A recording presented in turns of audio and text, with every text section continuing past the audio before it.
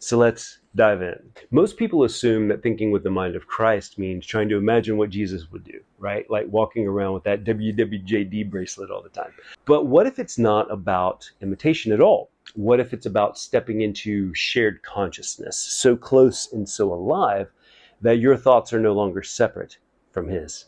So thinking with the mind of Christ is not a collaboration of two minds. It is the awakening of one shared awareness where your thoughts cease to be separate from the love that dreamed you into form. So let's give the scriptural and exegetical backing for all this. Paul says that in 1 Corinthians 2:16 that we have the mind of Christ.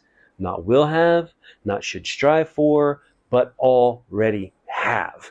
The Greek word for mind here is nous, not just intellect, but the deep inner consciousness, the seat of perception and spiritual awareness. It's not about blending your opinions with Jesus's opinions. It's about waking up to the reality that your life is already woven into Christ's life. And that's why I say it's not a collaboration of two minds. In union with Christ, there isn't a me over here and a him over there lobbing ideas across the net like a tennis match, okay? Galatians 2:20 says, it's no longer I who live, but Christ who lives in me. That's not a poetic exaggeration. That's the reality that early Christians were to exist in.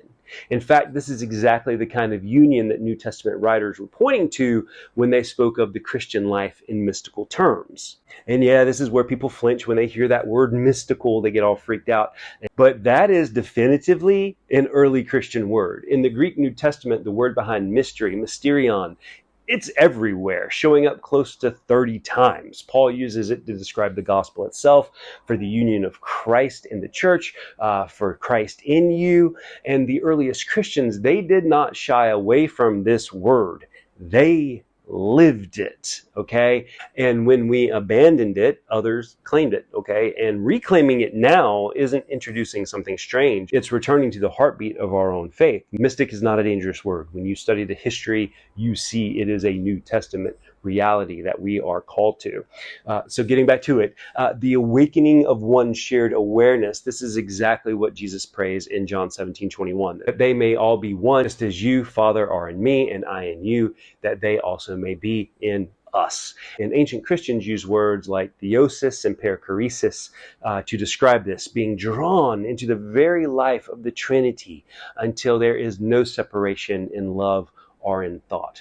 And where your thoughts cease to be separate from the love that dreamed you into form, that love is not an idea or a concept, right? 1 John 4:16 says, God is love, and whoever abides in love abides in God, and God abides in them. And Acts 17:28 declares, in him we live and move and have our being. This means that your truest thoughts are not simply about God, they are from God. And this is why early saints like Gregory of Nyssa would say that the goal of the Christian life is not simply right thinking about Christ, but participation in Christ. It's why the Desert Fathers and Mothers would speak of noetic prayer, a wordless knowing where the heart and mind are so united in God that every thought becomes an act of worship. So when I say thinking with the mind of Christ, I'm not talking about memorizing more verses or trying to guess what Jesus would do.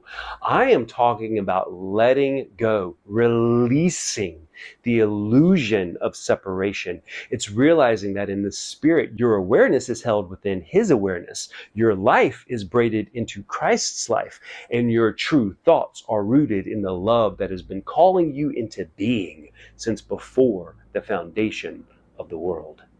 This is not collaboration, it's communion, and it's definitely not imitation, it's incarnation.